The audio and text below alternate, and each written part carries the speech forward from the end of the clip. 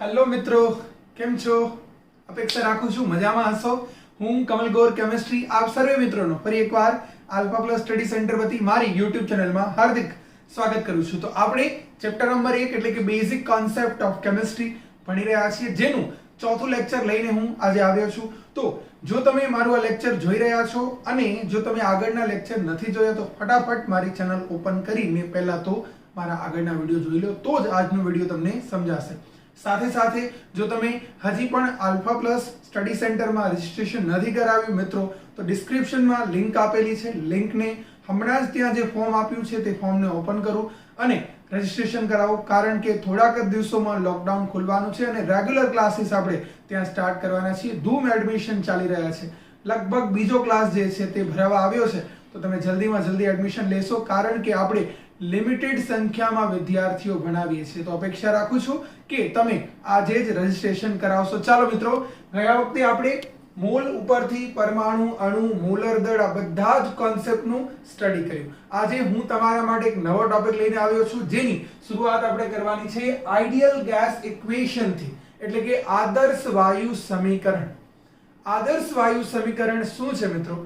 એનાથી પહેલા આદર્શ વાયુ આ શબ્દ જ્યારે હું તમારી સમક્ષ મૂકું છું એટલે તમને વિચાર થશે કે સર આદર્શ વાયુ કે વાયુ તો અમને ખબર છે કે એક ભૌતિક અવસ્થા છે. ઘટક કણો વચ્ચે જ્યારે આંતરઆણ્વીય આકર્ષણ બળ ઓછું હોય તો ઘટક કણો પાત્રમાં વિસ્તરણ પામે છે, ત્યારે તે જે ભૌતિક અવસ્થા ધારણ કરે છે તેને વાયુ ભૌતિક અવસ્થા કહે છે.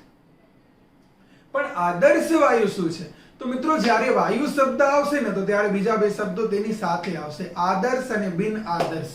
જેમ હોય ને આદર્શ વિદ્યાર્થી અને બિન આદર્શ વિદ્યાર્થી, બધી વાતો પણ એવું કઈ હોતું નથી. તમે જાણો છો, અંદર ખાને તમે અને હું બધા જાણીએ છીએ કે દરેક વિદ્યાર્થી મસ્તીખોર હોય જ છે. તો પણ અમુક ઇન્સ્ટિટ્યુશન આદર્શ, આઈડિયલ એવું બધું મૂકી દેતા હોય છે. ખરેખર બાળક તો બાળક જ છે. અને આપણે જો આ આદર્શ શબ્દનો મતલબ સમજીએ તો જે ખરેખર વાયુ ગુણ, પૂરેપૂરો વાયુ ગુણ ધરાવે છે તેને આદર્શ વાયુ કહેવાય. તમે કે સર પૂરેપૂરો વાયુ ગુણ એટલે શું? તો મિત્રો સમજો, વાયુ એટલે શું? જેમાં ઘટક કણો એકબીજાથી કમ્પેરેટિવલી દૂર છે. ઓકે, હવે ઘટક કણો એકબીજાથી દૂર ક્યારે હશે? જ્યારે તેમની વચ્ચે આંતરઆણ્વીય આકર્ષણ બળ ઓછું હશે અથવા નહિવત હશે. ઘટકો વચ્ચે લાગતા આકર્ષણને આંતરઆણ્વીય આકર્ષણ કહે છે. તો જ્યારે ઘટક વચ્ચે ખૂબ જ ઓછું આકર્ષણ હોય અથવા નહિવત આકર્ષણ હોય, એક નંબર. બીજું કે જ્યારે તાપમાન વધારે અને દબાણ ઓછું હોય ત્યારે જે વાયુ તમને મળે છે તેને કહેવાય છે આદર્શ વાયુ. ઓકે, ઊંચું તાપમાન શા માટે? કારણ કે તાપમાન શું છે? ઉષ્મા ઉર્જાનો જથ્થો. જો તમે તાપમાન વધારો છો તો ઘટક કણોની ઉષ્મા ઉર્જા વધે છે. ઉષ્મા ઉર્જા વધે છે તો ઘટકની ગતિ ઉર્જા વધે છે. ગતિ કરે છે ઘટક કણો એકબીજાથી દૂર ભાગે છે. જ્યારે પણ ઉષ્મા વધશે, ગતિ વધશે ને ગતિ વધશે ને તો ઘટક કણો વચ્ચે આકર્ષણ ઘટશે, ઘટક કણો દૂર જશે, એટલે કે વાયુ અવસ્થા ધારણ કરશે. કે પછી હું કહું છું નીચા દબાણે, ફરી એકવાર દબાણ નીચો છે તો શું થશે?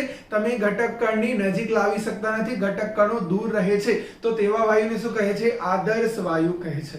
છતાં પણ ચેપ્ટર નંબર 5 માં, યસ મિત્રો, 5મા ચેપ્ટરમાં ખૂબ જ ડિટેલમાં ડિસ્કશન કરવાનું છે. અને અહીં મેં જે સમીકરણ લખ્યું છે, એટલે કે ફરી એકવાર, ઊંચા તાપમાને નીચા દબાણે ન્યૂનતમ આંતરઆણ્વીય આકર્ષણ ધરાવતા વાયુ પદાર્થોને આદર્શ વાયુ કહે છે. અને આદર્શ વાયુ ને લાગુ પડતો સમીકરણ જે છે તેને કહેવાય છે આદર્શ વાયુ સમીકરણ. જે સૂત્ર છે PV = nRT. PV = સીધું ન હોય, PV = nRT હોય. યસ, કેમિસ્ટ્રી છે. તો PV = nRT. તમે કહેશો સર આ સમીકરણ ક્યાંથી આવ્યું? તેના માટે તો આપણે 5મું ચેપ્ટર ભણવું પડશે. હું તમને બોઇલ, ચાર્લ્સ અને ગેલ્યુસેક આ 3 નિયમો એ ચેપ્ટરમાં અભ્યાસ કરાવીશ. ત્યાર પછી તમને આઈડિયા આવશે કે આ ઇક્વેશન કેવી રીતે ડિરાઈવ થયું છે. તો હમણાં આપણે ડેરિવેશન નથી લેવાનું, હમણાં તમને આ સૂત્ર યાદ રાખવાનું છે, કારણ કે આના ઉપરથી આપણે એક ખૂબ જ અગત્યના કોન્સેપ્ટને સ્ટડી કરવો છે. તો ચાલો let's start. PV = nRT, where P = pressure of gas, એટલે કે દબાણ, જેને આપણે સામાન્ય રીતે બાર કે ATM એટલે કે વાતાવરણમાં માપી શકીએ છીએ. Similarly, where V is volume, now you can measure volume in liter, then N = mole now what is the meaning of mall? તો પદાર્થનું વજન અને તેના મોલર દળના ગુણોત્તરને તેના મોલ કહે છે. અથવા શું કહી શકો કે કોઈ પણ પદાર્થમાં 6.022 ગુણ્યા 1023 ઘટક કણો એકબીજા સાથે જોડાય છે. આટલા ઘટક કણો જોડાય છે તો ત્યારે તે જથ્થાને 1 મોલ જથ્થો કહે છે. તેવી રીતે T નો મતલબ થાય તાપમાન. ડિગ્રી સેલ્સિયસ કે કેલ્વિનમાં આપણે માપી શકીએ. અહીં આપણે SI એકમ યુઝ કરવાના છે. ફિઝિક્સમાં તમને એકમો વિશે ખૂબ જ વિસ્તારથી ચર્ચા આવશે, એટલે હું એના વિશે અહીં કોઈ ચર્ચા નથી કરતો. તો કેલ્વિન તાપમાન માપવાનું એક એકમ છે. અને બધી જ વેલ્યુ આપણે મૂકી દઈએ અને R ને આપણે કરતા કરીએ. એકચ્યુઅલી મિત્રો જે સૂત્ર છે ને તે કંઈક આ પ્રમાણે છે. તે સૂત્રની અંદર આપણને PV ચલે છે NT મળે છે. આપણે જ્યારે તારવશું ને, તમે કહેશો સર ક્યારે તારવશું? જો તમે મારી સાથે જોડાઈ રહેશો, આલ્ફા પ્લસ માં જોડાશો તો 5મું ચેપ્ટર જ્યારે બનાવીશ ત્યારે આપણે તેને સ્ટાર્ટ કરશું. તો ત્યાં સપ્રમાણતાને કાઢીને એક સૂત્ર બનાવવા માટે R ને કોન્સ્ટન્ટ તરીકે મૂકવામાં આવે છે. જે R ની વેલ્યુ તમને ફાઇન્ડ આઉટ કરવી હોય તો શું કરવાનું? PV ના છેદમાં NT. દબાણ, કદ, મોલ અને તાપમાનની ચોક્કસ વેલ્યુ મૂકો તો ત્યારે તમને અચળાંક R ની વેલ્યુ મળે છે, જે હમણાં તમને યાદ રાખી લેવાનું છે. 0.082 વાતાવરણ. એટલે કે હવે જો ધ્યાન આપજો, જ્યારે હું દબાણ વાતાવરણમાં મૂકું છું ત્યારે હું શું કહીશ ખબર છે? 1 મોલ જથ્થો એક ચોક્કસ તાપમાન દબાણે જે કદ માટે તમે વિચારો છો ત્યારે તમને તે એક અચળાંક પ્રાપ્ત કરાવશે, જે છે તેનો વાયુ અચળાંક R, જેની વેલ્યુ હમણાં આપણે યાદ રાખી લેશું. 0.0821 વાતાવરણ ઇન્ટુ લીટર પર કેલ્વિન પર મોલ. ઓકે, પહેલા તો આ એકદમ બેઝિક ઇક્વેશન તમને સમજાણું છે. હમણાં તમને આ યાદ રાખવાનું છે. હું તમને આ ચેપ્ટર આગળ વધીને આ કોન્સેપ્ટને કરાવીશ. ઓકે, હવે આના ઉપરથી ખૂબ જ અગત્યનો કોન્સેપ્ટ જે બાજુમાં મેં લખ્યું છે તેને આપણે સ્ટાર્ટ કરીએ. તો તે છે STP. Yes, STP. S for standard, T for temperature, P for pressure. પ્રમાણિત તાપમાન અને દબાણ. હવે તમે કહેશો સર આનો અર્થ શું છે? ખૂબ જ સરળ અર્થ છે. 1 મોલ પદાર્થ 273 કેલ્વિન તાપમાને, 1 મોલ પદાર્થ 273 કેલ્વિન તાપમાને અને 1 બાર દબાણે કેટલું કદ ધરાવે છે તે આપણે STP ના સંદર્ભમાં ભણશું. STP એટલે કે સ્ટેન્ડર્ડ ટેમ્પરેચર અને પ્રેશર. સ્ટેન્ડર્ડ ટેમ્પરેચર કેમિસ્ટ્રીમાં કોને માનવામાં આવે છે? ઓકે, હવે આ ઓલ્ડ કન્વેન્શન એટલે કે જૂના કેમિસ્ટ્રી પ્રમાણે છે. નવા કેમિસ્ટ્રી પ્રમાણે તો કોઈ પણ ફિક્સ ઓરડાનું તાપમાન લાઈક 298 કેલ્વિન તો એને પણ પ્રમાણિત જ માનવામાં આવે. પણ ઓલ્ડ કેમિસ્ટ્રીમાં 273 કેલ્વિન તાપમાન અને 1 બાર દબાણને માનવામાં આવે છે. યસ મિત્રો, 1 બાર દબાણને માનવામાં આવે છે standard temperature and pressure. Okay, હવે ધ્યાન આપજો. તો સ્ટેન્ડર્ડ ટેમ્પરેચર અને પ્રેશરના બેઝ ઉપર હું 1 મોલ પદાર્થનું કદ માપું તો તેને કહેવાય STPA, તેનું કદ. હવે કદ કેવી રીતે માપશું? તો કદ માપવા માટે ધ્યાન આપજો, જ્યારે તમારી પાસે તાપમાન છે, તમારી પાસે દબાણ છે, તમારી પાસે પદાર્થનો જથ્થો છે અને જો તમને કદ માપવું છે મિત્રો, તમારી પાસે જ્યારે બધા જ ડેટા પ્રેઝન્ટ છે ને તમને કદ માપવું છે તો તમે કયો સૂત્ર લગાડશો? PV nRT. જ્યાં તમને કદ શોધવું છે તો તમે કદને કરતા કરો એટલે કે V ને કરતા કરશો તો તમે શું લખશો? V nRT by P. V nRT by P. સમજાય છે? Okay, done. હવે તમે શું કરશો? અહીં તમે n ની વેલ્યુ તમે કેટલા મોલ માટે વિચારો છો? 1 મોલ માટે. ઓકે, R ની વેલ્યુ મૂકી દો 0.082 ઇન્ટુ તમે ટેમ્પરેચર મૂકી દો 273 ડિવાઇડેડ બાય તમે પ્રેશર કરી દો 1 તો તમને ત્યારે મળી જશે એક વેલ્યુ જે થશે 22.4 લીટર.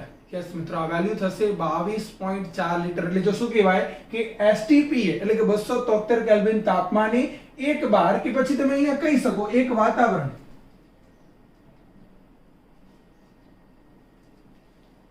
યસ, દબાણે 1 મોલ પદાર્થનું જે કદ છે તેને કહેવાય છે તેનું STPA કદ 22.4 litre.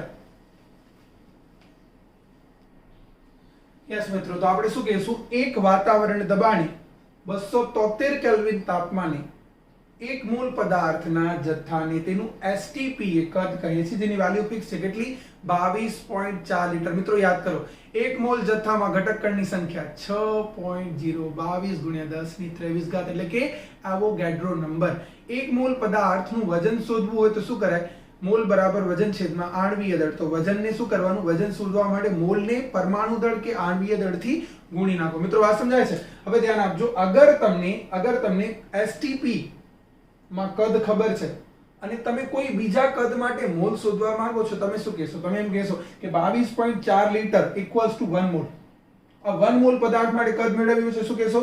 22.4 litre equals to 1 mall. તો V લિટર તમને કોઈ પણ કદ આપ્યું છે, લાઈક 1 લિટર 2 લિટર 3 લિટર તમને આપ્યું છે V લિટર. જો 22.4 લિટરમાં 1 મોલ હોય તો V લિટર પદાર્થનો કદ કેટલો થાય? તો V divided by 22.4 litre mole. જો તમને જો કદ આપ્યું હોય, યસ મિત્રો ધ્યાન આપજો, તમને STP એ કદ આપ્યું છે, STP એ જો તમને કદ આપ્યું છે, તમે ત્યાંથી શું કરી શકો? ફટાફટ યસ તમે મોલ ફાઇન્ડ આઉટ કરી શકો. શું સૂત્ર લગાડશો? મોલ બરાબર પદાર્થનું કદ લીટરમાં. તમને જે પણ કદ આપ્યું છે, હમણાં આપણે તેને V એઝ્યુમ કરીએ છીએ, લાઈક તમને જે પણ કદ આપ્યું છે ડિવાઇડેડ બાય 22.4 લિટર કરી દો એટલે તમને શું પડી જશે? તે પદાર્થના મોલ મળી જશે. યસ મિત્રો સમજાય છે? તો આ થયું સ્ટેન્ડર્ડ ટેમ્પરેચર અને પ્રેશર. હવે આનો એક સ્ક્રીનશોટ લઈ લો, ત્યાર પછી આપણે આગળનું કોન્સેપ્ટ ભણીએ. યસ મિત્રો, તો ચાલો આપણે STP ના કોન્સેપ્ટ ઉપર જે ન્યુમેરિકલ ભણ્યા છે તેના રિલેટેડ આપણે કોન્સેપ્ટ આગળ વધારીએ. તો તમને એક ડેટા આપ્યું છે કે STP એ 67.2 લિટર વોલ્યુમ ધરાવતો સલ્ફર ડાયોક્સાઇડ, તેના માટે તેના મોલ, અણુની સંખ્યા, પરમાણુની સંખ્યા અને કુલ પરમાણુની સંખ્યા શોધો. ઓકે, ફર્સ્ટ ઓફ ઓલ તમને શું ફાઇન્ડ આઉટ કરવાનું છે? મોલ.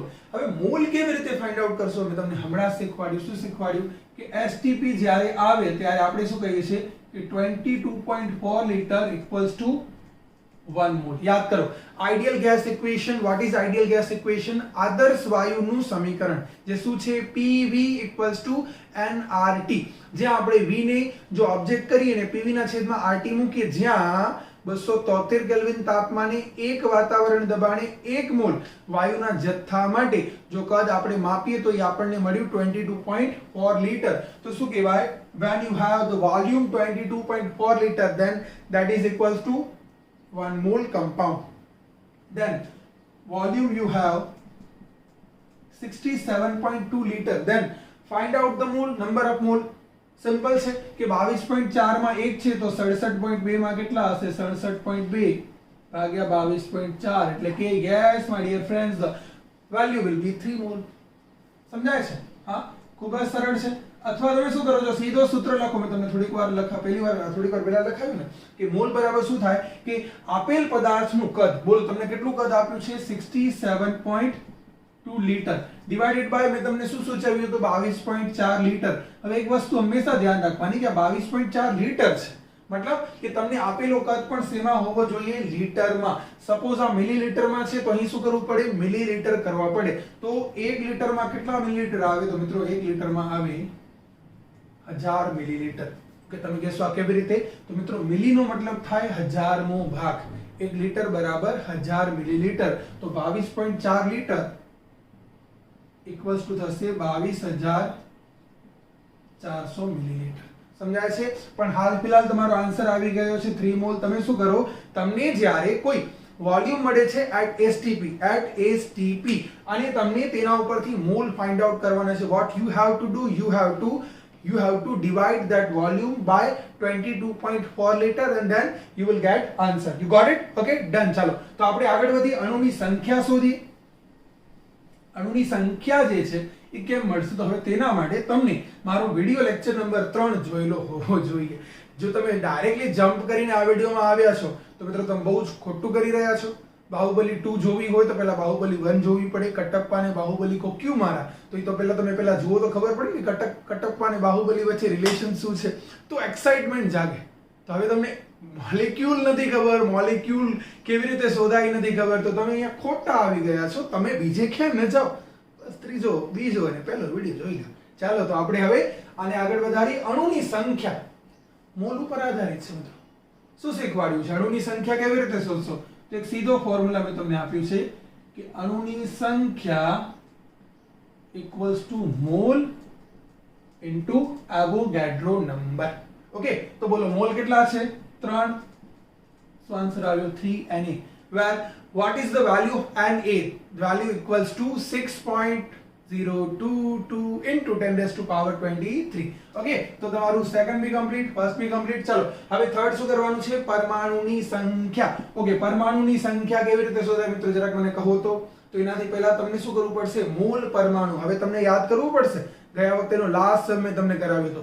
પહેલા તમને મોલ પરમાણુ શોધવાના છે. ઓકે, હવે મોલ પરમાણુ કેમ મળશે? સિમ્પલ. જો હું જ્યારે લખું છું 1 sulphur dioxide, that means I'm talking about 1 mole sulfur dioxide. Yes my dear friends, I'm talking about 1 mole sulfur dioxide. તો બોલો તેમાં કેટલા એટમ છે? કેટલા મોલ એટમ છે? 3. એક સલ્ફર જો 1 mall sulphur plus 2 mall oxygen એટલે શું કહેવાય? 3 મોલ પરમાણુ.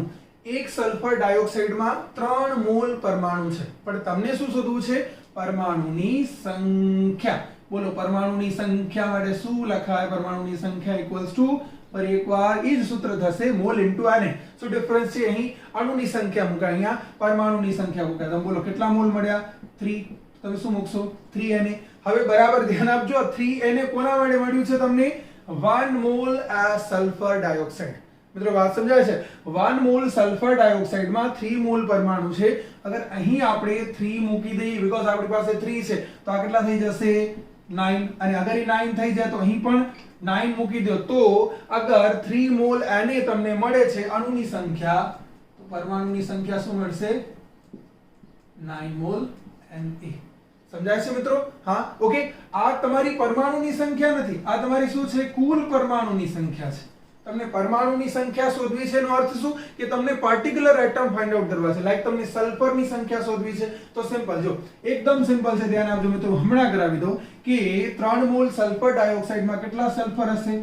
3. કેટલા ઓક્સિજન હશે? 6. તો 3 મોલ સલ્ફર ઉપરથી જો પરમાણુની સંખ્યા શોધવી હોય તો શું કહેવાય? 3Na sulphur. અને 6 મોલ ઓક્સિજન ઉપરથી અગર તમને પરમાણુની સંખ્યા શોધવી છે, શું કહેવાય? 6Na oxygen. બેનો સરવાળો મારો એટલે આન્સર પાછો શું આવશે? 9. બરાબર. તો સલ્ફર માટે શું આન્સર આવશે? 3Na. ઓક્સિજન માટે શું આન્સર આવશે? 6Na. બેનો ટોટલ કેટલો આવશે?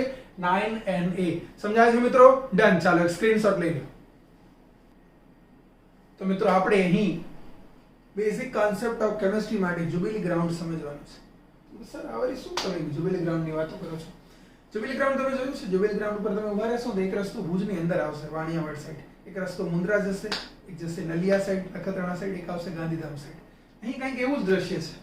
સપોઝ આ મોલ જે મેં લખ્યું છે જ્યુબિલી ગ્રાઉન્ડ સર્કલ છે, તો ત્યાંથી એક તરફ તમે મુલર કદ STP જેને આપણે 22.4 લીટર કહીએ છીએ, તમે તે તરફ જઈ શકો છો. બીજી સાઈડ અણુની સંખ્યા તમે કે પછી પરમાણુની સંખ્યા તમે મોલ ઉપરથી શોધી શકો છો. સિમિલરલી તમે દળ એટલે કે દ્રવ્યનો જથ્થો ગ્રામમાં અને મોલર દળ કે જે પછી પરમાણુ દળ કે આણ્વીય દળ કાંઈ પણ હોઈ શકે છે, તમે તેને ફાઇન્ડ આઉટ કરી શકો છો. કેવી રીતે કરશો? બસ તો છેલ્લા 2 લેક્ચરમાં તેના ઉપર જ ચર્ચા કરી છે કે મોલનો અર્થ શું થાય? દળ ડિવાઇડેડ બાય મોલર દળ. જો અણુ છે તો આણ્વીય દળ, પરમાણુ છે તો પરમાણ્વીય દળ. જો તમને પરમાણુ દળ આપ્યું છે ને મોલ શોધવું છે તો શું કરો? દળની પરમાણુ દળ વડે ભાગી નાખો કે આણ્વીય દળ વડે ભાગી નાખો, તમને મોલ મળી જશે. મતલબ મોલર દળ અને મોલ વચ્ચેનો રિલેશન છે. ઓકે, જો તમને દળ ફાઇન્ડ આઉટ કરવું છે એટલે કે વજન ફાઇન્ડ આઉટ કરવું છે ગ્રામમાં, તો તમે શું કરો? મોલને મોલર દળથી ગુણી કાઢો. મોલને મોલર દળથી ગુણી કાઢશો તો તમને શું મળી જશે? પદાર્થમાં રહેલા દ્રવ્યનો જથ્થો ગ્રામમાં.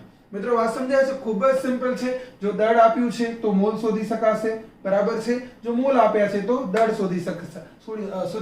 મોલર દળ તો આપણે આઈડિયલી જનરલી છે ખબર જ હોય, છતાં પણ આ રિલેશન જે છે તે મેં ત્યાં મૂકેલો છે.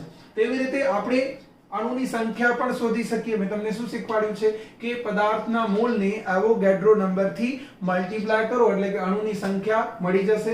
અને જે અણુની સંખ્યા મળે છે ને સીધો તમે તેમાં રહેલા મોલ પરમાણુથી ગુણી કાઢશો તો પરમાણુની સંખ્યા પણ મળશે. તો એ થશે મૂલ અને અણુની સંખ્યા વચ્ચેનો રિલેશન.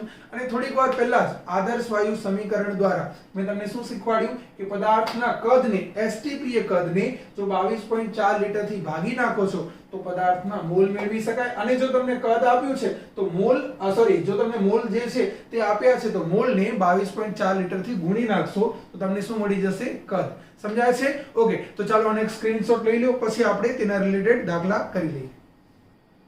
તો ચાલો મિત્રો, આપેલ ડેટા માટે આપણે આજનું કોન્સેપ્ટ લઈએ અને ત્યાર પછી આપણે આજના કોન્સેપ્ટ પૂરા થશે ને એક નવા કોન્સેપ્ટ તરફ આપણે આ લેક્ચરમાં આગળ વધશું. તો તમને ડેટા આપ્યું છે 540 ગ્રામ ફ્રક્ટોઝ, જેનો એક ફોર્મ્યુલા પર તમને આપ્યું છે C6H12O6.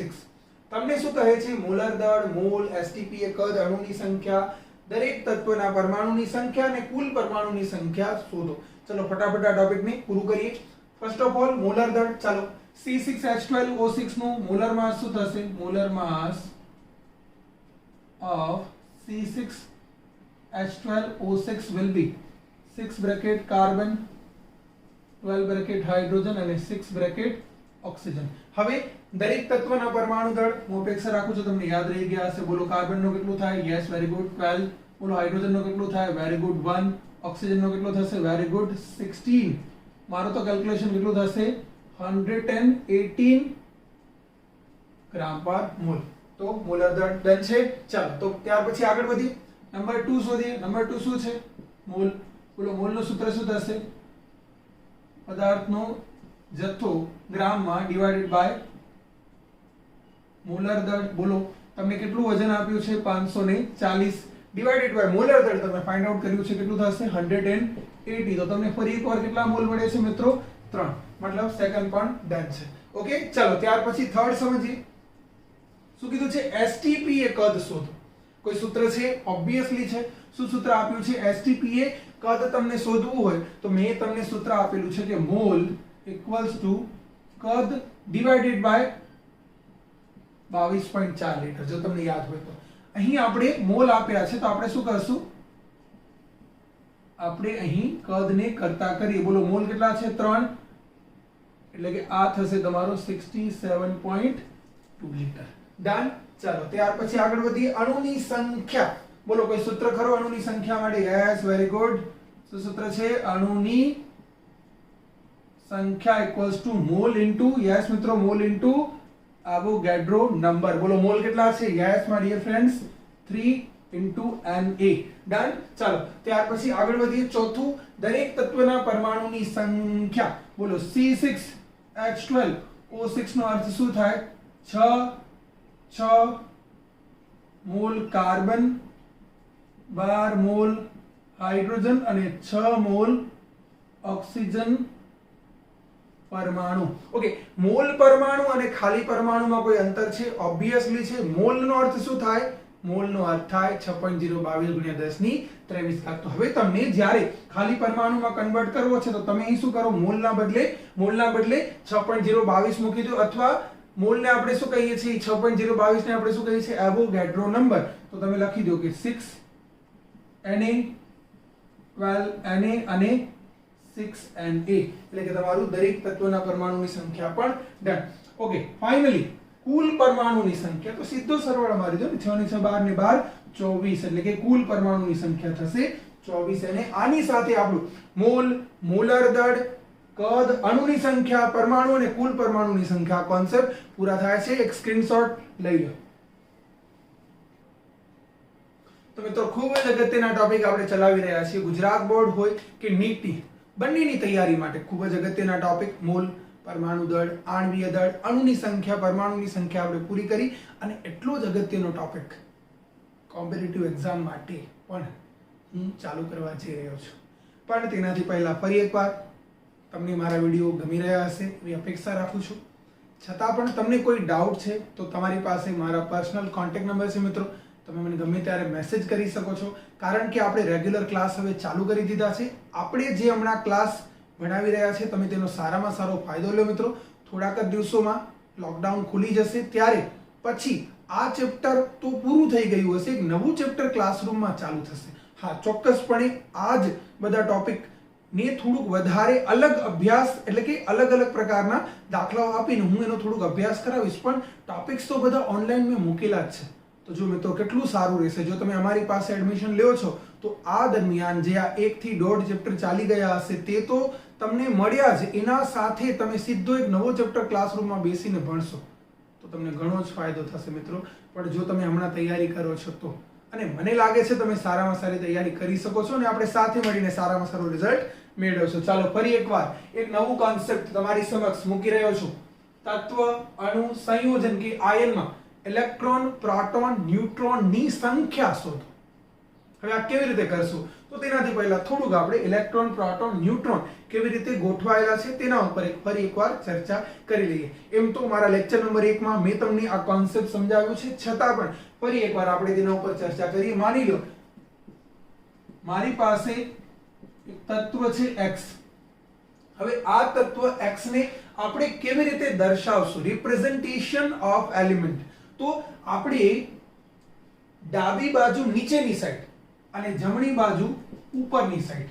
યસ, હવે આ ડાબી બાજુ નીચેની સાઈડ આપણે દેખાડીએ છીએ z, જેમાં z ને કહેવાય છે તત્વનો પરમાણુ ક્રમાંક.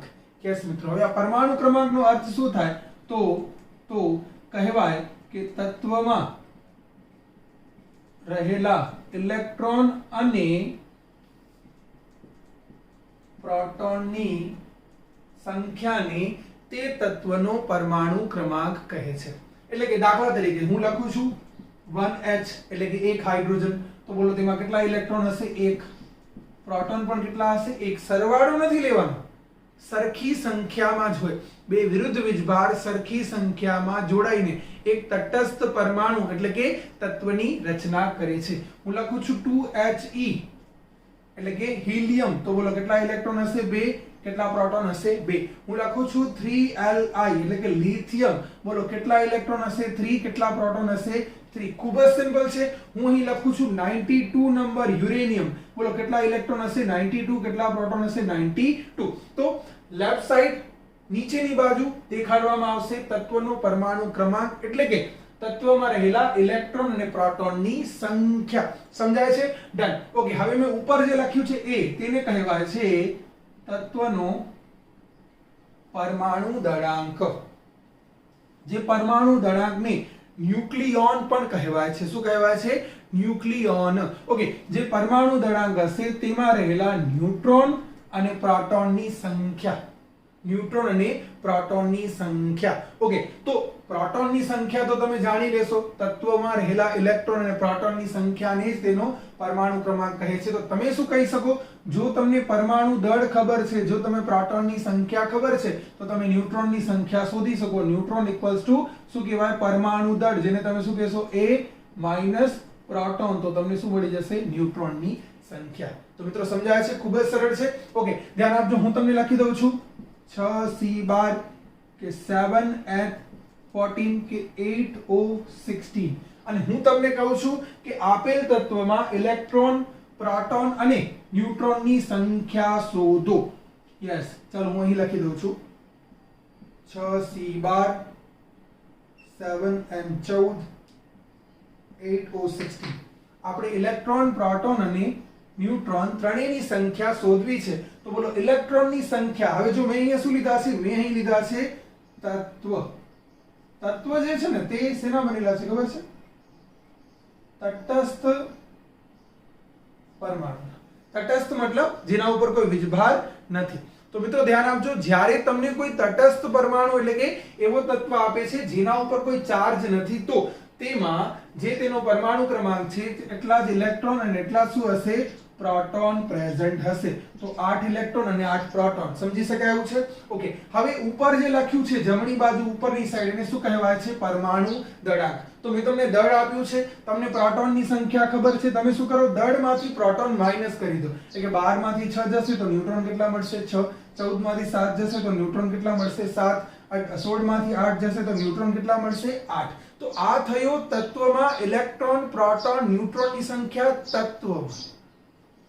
વાંચો, અણુ સંયોજન કે આયન. માની લો તમને કોઈ આપે છે અણુ કે સંયોજન, તો તેમાં કેવી રીતે ઇલેક્ટ્રોન પ્રોટોન અને ન્યુટ્રોનની સંખ્યા તમે શોધી શકશો? તો મિત્રો ખૂબ જ સરળ છે. અણુ કે પરમાણુ કે સંયોજન ગમે એ લઈ લો, બધામાં તત્વ તો પ્રેઝન્ટ હોવાનું જ છે. હું લઉં છું કાર્બન ડાયોક્સાઇડ. કોઈ તમને પૂછે કે કાર્બન ડાયોક્સાઇડમાં ઇલેક્ટ્રોન પ્રોટોન ન્યુટ્રોન શોધો, તો કાર્બન ડાયોક્સાઇડ નો અર્થ શું થાય? 1 carbon plus 2 oxygen. Yes, okay. હવે કાર્બન નો અર્થ શું થાય? 6C12. ઓક્સિજન નો અર્થ શું થાય? 8O16. સમજાય છે? ઓકે. 6C12 મતલબ કેટલા ઇલેક્ટ્રોન કેટલા પ્રોટોન? 6 electron 6 proton 6 neutron. સમજાય છે? 12 માંથી જે જશે 6 ન્યુટ્રોન. ઓકે. એવી રીતે કેટલા ઇલેક્ટ્રોન કેટલા પ્રોટોન? 8 electron 8 proton. પણ એક ઓક્સિજનમાં આપણી પાસે કેટલા ઓક્સિજન છે? 2. અગર એક ઓક્સિજનમાં 8 ઇલેક્ટ્રોન 8 પ્રોટોન હોય તો બે ઓક્સિજનમાં 16 ઇલેક્ટ્રોન 16 પ્રોટોન. 16 માંથી 8 જશે તો 8 ન્યુટ્રોન. બે ઓક્સિજનમાં 16 ન્યુટ્રોન. બોલો ઇલેક્ટ્રોન કેટલા થયા? 22. પ્રોટોન કેટલા થયા? 22. ન્યુટ્રોન પણ કેટલા થયા? 22. દરેક વખતે સરખા હોય એવું જરૂરી નથી. ખાસ કરીને ન્યુટ્રોન ખાસ કરીને ધ્યાન આપજો. બાકી તટસ્થ પરમાણુ છે કે તટસ્થ અણુ છે તો ઇલેક્ટ્રોન પ્રોટોનની સંખ્યા તો સરખી જ મળવાની છે. સમજાય છે? તો તમે આ પોતાની રીતે કરી શકશો. ડન. હવે એવી રીતે હું તમને કહી દઉં આયન. ધ્યાન આપજો મિત્રો. આયન નો અર્થ શું થાય? આયન એટલે શું? જ્યારે કોઈ પણ તત્વ ઇલેક્ટ્રોન ગુમાવી કે ઇલેક્ટ્રોન મેળવી જે સ્પીસીસ બનાવે છે, જે પ્રણાલી બનાવે છે, ઇલેક્ટ્રોન ગુમાવી કે ઇલેક્ટ્રોન મેળવીને, તેને કહેવાય છે આયન. સામાન્ય રીતે આપણે શું કહી શકીએ? જ્યારે કોઈ તત્વ ઇલેક્ટ્રોન ગુમાવે તો તે બનાવે છે ધન આયન. એટલે કે તેના ઉપર ચાર્જ હશે પ્લસ n પ્લસ, એટલે કે like 1 plus 2 plus 3 plus n નો મતલબ થાય તેનો ચાર્જ.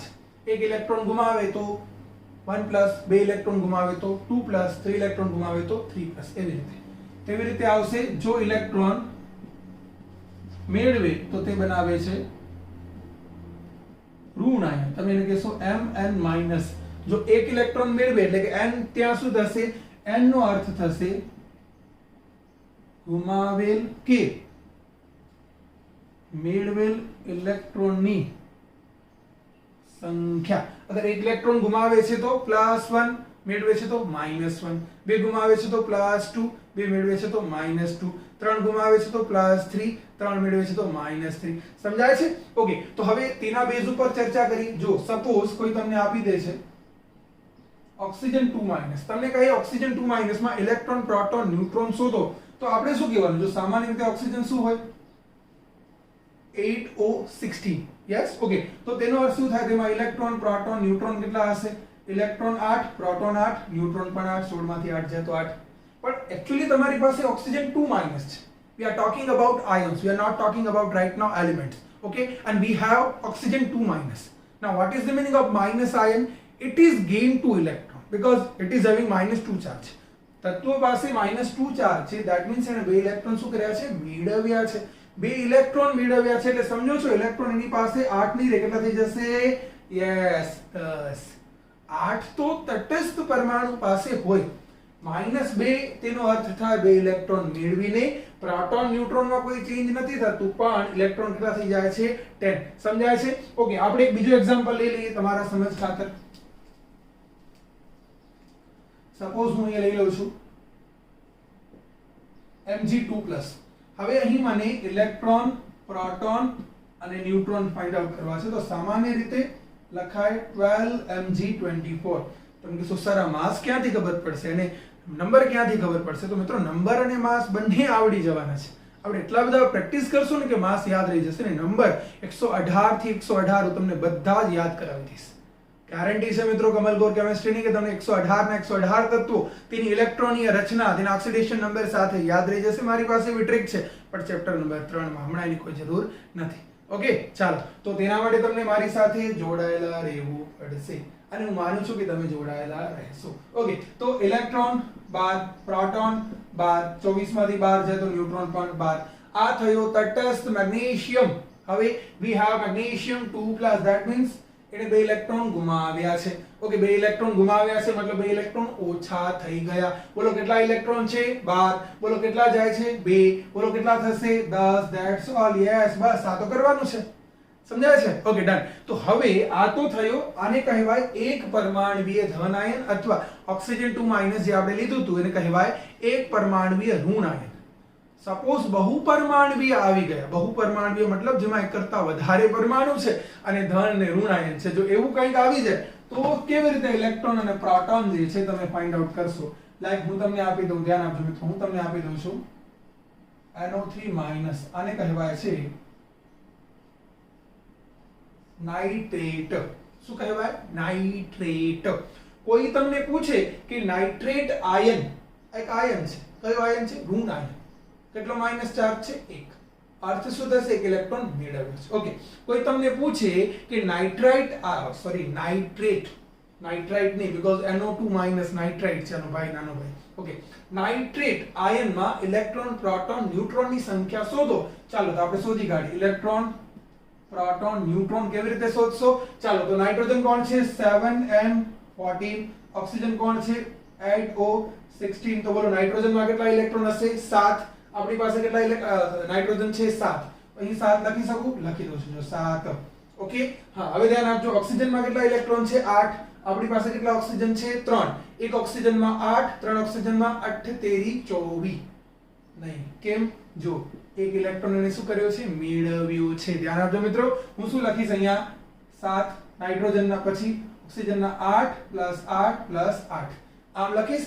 અને સાથે હું લખીશ +1. +1 શા માટે? બીકોઝ માઇનસ નો અર્થ થાય એક ઇલેક્ટ્રોન. જો માઇનસ હોય ને તો પ્લસ કરવાના, પ્લસ હોય તો માઇનસ કરવાના. એટલે કેટલા થશે? 24 ને 25 ને 7 32. ડન. ઓકે, પ્રોટોનની સંખ્યા તો સિમ્પલ છે. પ્રોટોન ક્યારે પણ ચેન્જ ન થાય. યાદ રાખજો મિત્રો, જ્યારે ઋણ આયન કે ધન આયન છે ને તો ગુમાવાય ઇલેક્ટ્રોન કે પ્રોટોન બંને નહીં, ફક્ત ઇલેક્ટ્રોન. પ્રોટોન કેન્દ્રમાં છે, તેનું દળ વધારે છે, તે સ્થાયી છે, તે ગુમાવી શકાતું નથી. ઇલેક્ટ્રોન ગુમાવાય છે, ઇલેક્ટ્રોન મેળવાય છે. તો પ્રોટોનની સંખ્યા તો એઝ ઇટ ઇઝ રહેશે. બોલો કેટલા પ્રોટોન? 8 તેરી 24, 24 ને 7 31. અથવા સિમ્પલ કે જેટલો ચાર્જ છે, ચાર્જ -1 છે, પ્લસ કર્યો છે ને તો એને માઈનસ કરી નાખો. એકવાર ન્યુટ્રોન કેટલા છે? તો કેટલા ન્યુટ્રોન છે? 16 માંથી 8 જાય તો 8 તેરી 24, 24 ને 7. આ થયો તમારો બહુપરમાણુવીય ઋણ આયનમાં ઇલેક્ટ્રોન, પ્રોટોન અને ન્યુટ્રોન. સમજાણું? ચાલો હવે આના ઉપરથી આ તો જે આપણે શોધ્યું તે શું છે ખબર છે? હું લખું છું જ્યારે NO3 તો એનો અર્થ થાય 1 મોલ NO3-. પણ કોઈ તમને આપી દે કે 15 ગ્રામ NO3- માં ઇલેક્ટ્રોન, પ્રોટોન, ન્યુટ્રોન શોધો તો ખરેખર તમે કેમ શોધશો? આપણે તેના માટે ફરી એકવાર આગળ વધીએ. ચાલો પહેલા લખીએ. ચલો મિત્રો, હવે આપણે આ કોન્સેપ્ટને રિલેટેડ એક ન્યુમેરિકલ કરીએ. તમને અહીં એક ગ્રામ સલ્ફેટ આપ્યો છે. જો 9.6 ગ્રામ સલ્ફેટ યાની કે SO2- તમને એક ચોક્કસ જથ્થો આપ્યો છે ને તમને કહે છે તેમાં ઇલેક્ટ્રોન, પ્રોટોન, ન્યુટ્રોનની સંખ્યા શોધો. ઓકે, હવે તમને સંખ્યા કહે છે. જો બે સંખ્યા, એક હોય મોલ સંખ્યા, એક ખાલી સંખ્યા. મોલ સંખ્યા આપણે શોધી શકીએ, પણ સંખ્યા શોધવી હોય તો શું કરવું પડે? મોલને કાઢવા પડે. તો હંમેશા કાંઈ પણ તમને પૂછે, આ બધા જે કોન્સેપ્ટ આપણે ચલાવીએ છીએ, પહેલા મોલ ફાઇન્ડ આઉટ કરવાનો.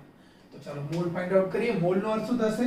મોલનો અર્થ થશે પદાર્થનો દળ ગ્રામમાં ડિવાઇડેડ બાય તે પદાર્થનો મોલર દળ. બોલો દળ તમને આપ્યું છે? યસ, કેટલું આપ્યું છે? 9.6 ગ્રામ. મોલર દળ શું કરવું પડશે? ફાઇન્ડ આઉટ કરવું પડશે. તો ફાઇન્ડ આઉટ કરીએ. ચલો, SO2- શું લખાય? 1 બ્રેકેટ સલ્ફર 4 બ્રેકેટ ઓક્સિજન. તમે કહો સર -2 નો શું? કાંઈ નહીં, કારણ કે -2 નો અર્થ શું થાય? 2 ઇલેક્ટ્રોન મેળવ્યા છે, તો તેનાથી મોલર દળમાં કોઈ ફરક પડશે નહીં. આ કેટલું થશે? 32. આ થશે 16. આ થશે તમારો 96 ગ્રામ પર મોલ. હું અહીં મૂકી દઉં છું તો આ થઈ જશે તમારો 0.1. ડન.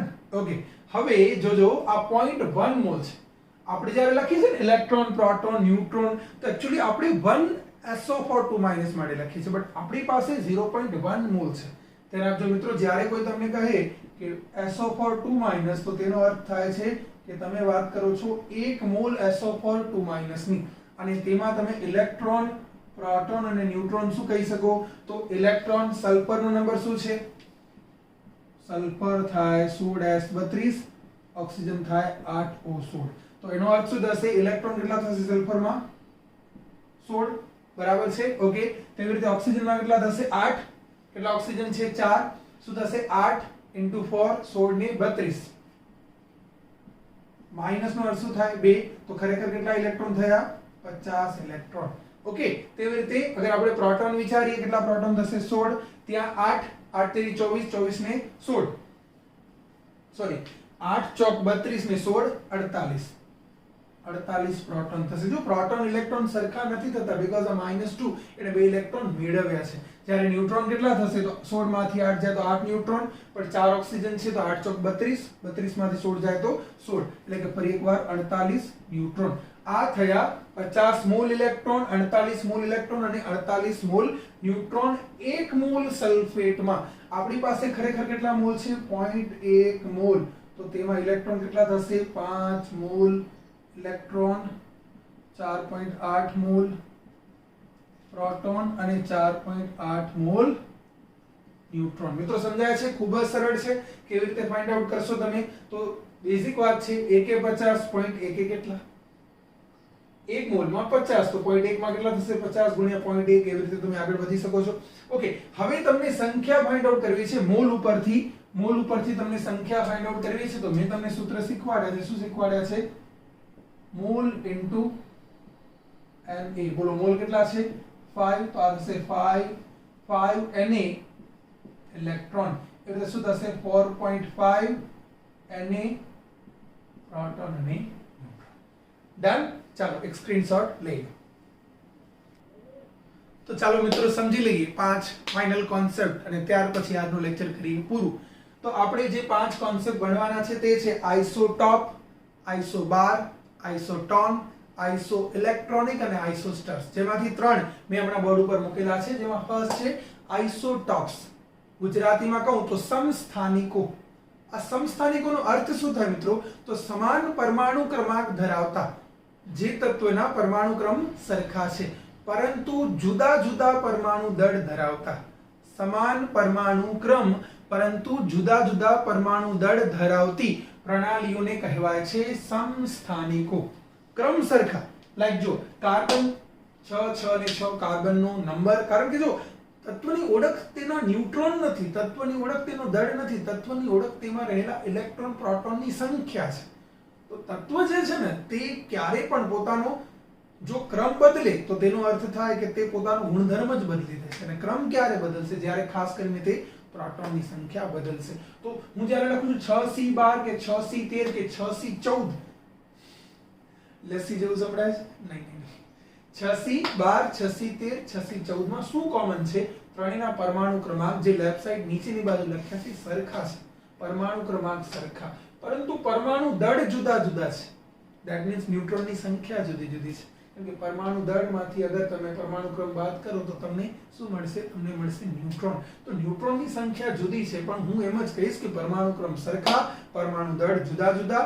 આ જે સ્પીસીસ છે તેને કહેવાય છે, આ પ્રણાલીને કહેવાય છે સમસ્થાનિકો એટલે કે આઇસોટોપ્સ. ઘણા બધા ઉદાહરણ છે મિત્રો આવર્ત કોષ્ટકમાં, એટલે કે તત્વોની સોસાયટીમાં લગભગ દરેક તત્વની આઇસોટોપ્સ હોય જ છે. હવે કેવી રીતે નિર્માણ પામે છે તે આગળ જઈને સમજશું. આ ચેપ્ટરમાં જેટલું જરૂરી છે હમણાં એટલું જ આપણે સમજવાનો પ્રયાસ કરીશું. આપણે બેઝિક કોન્સેપ્ટ ઓફ કેમિસ્ટ્રી લઈએ છીએ એટલે હું તમને બેઝિક વાતો સમજાવીશ, પણ દરેક વસ્તુ ડિટેલમાં ત્યારે સમજાશે જ્યારે તે ચેપ્ટર ચાલુ થશે.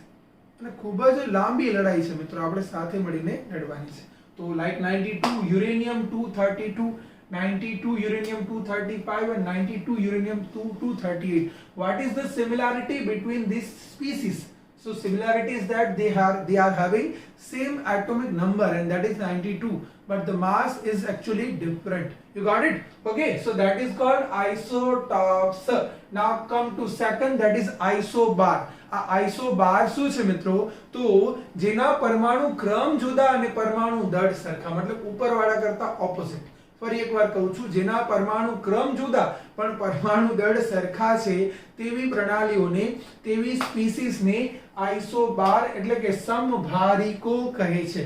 समभारिको। जो आइसो नो अर्थ थाय सम, जेना भार सरखा ते समभारिको। लाइक 6C 14 અને 7N 14 બેના પરમાણુ દળ એટલે કે ભાર શું થશે? સરખા થશે. અથવા 18 આર્ગોન 40 અને 20 કેલ્શિયમ 40 વન્સ અગેન બંનેના ભાર સરખા છે એટલે એને શું કહેવાશે? સમભારિકો એટલે કે આઇસોબાર. સમજાય છે? ખૂબ જ સરળ છે. ડન. ચાલો ત્રીજું જોઈએ. તો ત્રીજું શું છે? આઇસોટોન. આઇસોટોન નો અર્થ શું થાય? તો જેના પરમાણુ ક્રમાંક કે પરમાણુ દળ સરખા નથી પણ તેમાં રહેલા ન્યુટ્રોનની સંખ્યા સરખી છે. સમાન ન્યુટ્રોન ધરાવતી પ્રણાલીને આઇસોટોન કહે છે. ઓકે, ન્યુટ્રોન કેવી રીતે ફાઇન્ડ આઉટ કરશો? મેં શું શીખવાડ્યું હતું? ન્યુટ્રોન ઇક્વલ્સ ટુ પરમાણુ દળ ઓછા પ્રોટોન.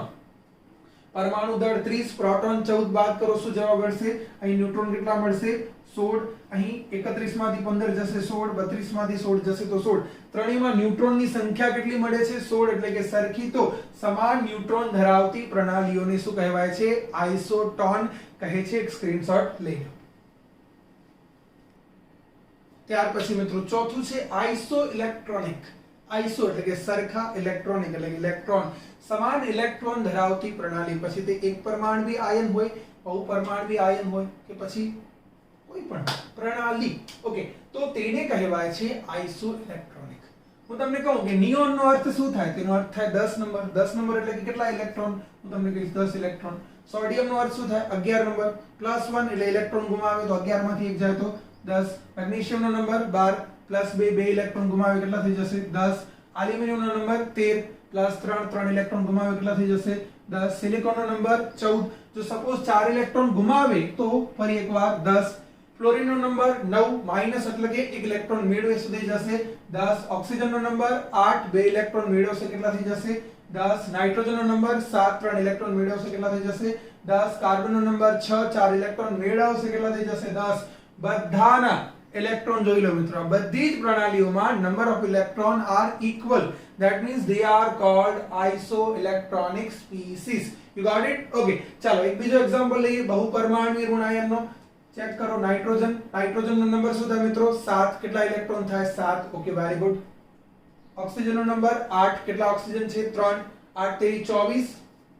માઈનસ નો અર્થ શું થાય? પ્લસ. ઓકે, એટલે કે માઈનસ એટલે કે ઇલેક્ટ્રોન મેળવ્યો છે. ટોટલ મારો કેટલા ઇલેક્ટ્રોન થાય છે? Very good, 32. ઓકે, ચાલો અહીંયા લઈ લઈએ. કાર્બન નો નંબર 6. કેટલા ઇલેક્ટ્રોન થશે? 6.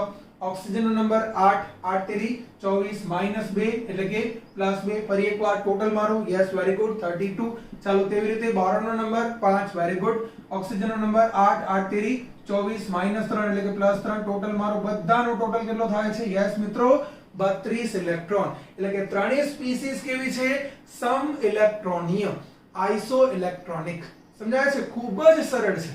આયન આવે તો શું કરવાનું? પ્લસ હોય તો માઈનસ કરવાના અને માઈનસ હોય તો પ્લસ કરવાનો. તત્વમાં રહેલા ઇલેક્ટ્રોનની સંખ્યા જ આપણે જોવાની છે. ચાલો ફાઇનલ છે આઇસોસ્ટર્સ. આઇસોસ્ટર્સ નો અર્થ મતલબ શું થાય?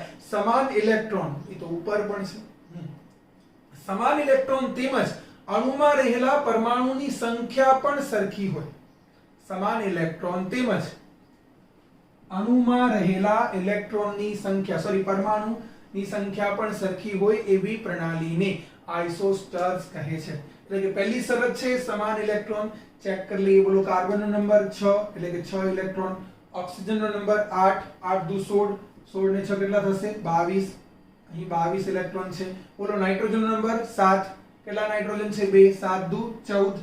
બોલો. ઓક્સિજન નો નંબર 8. 14 ને 8 22. બંનેમાં ઇલેક્ટ્રોનની સંખ્યા કેટલી છે? 22. That means they are isoelectronic. Obviously isoelectronic તો છે પણ તેના સિવાય શું છે? તેના સિવાય જુઓ કે બંનેમાં પરમાણુની સંખ્યા 1 કાર્બન 2 ઓક્સિજન કેટલા એટમ છે? યસ મિત્રો, કેટલા એટમ છે? 3. 2 નાઇટ્રોજન 1 ઓક્સિજન કેટલા એટમ છે? 3. તો બંને અણુમાં પરમાણુની સંખ્યા પણ સરખી છે, ઇલેક્ટ્રોનની સંખ્યા પણ સરખી છે. એટલે એને શું કહેવાય છે? આઇસોસ્ટર્સ. યસ મિત્રો, આની સાથે જ આજનો આ લેક્ચર પૂરું થાય છે. ફરી એકવાર કહીશ કે જો અહીં તમે રજિસ્ટ્રેશન નથી કરાવ્યું આલ્ફા પ્લસમાં તો ડિસ્ક્રિપ્શનમાં લિંક છે. હમણાં જ ફોર્મ ઓપન કરો અને રજિસ્ટ્રેશન કરાવો અને આલ્ફા પ્લસમાં જોડાઓ. જય હિન્દ.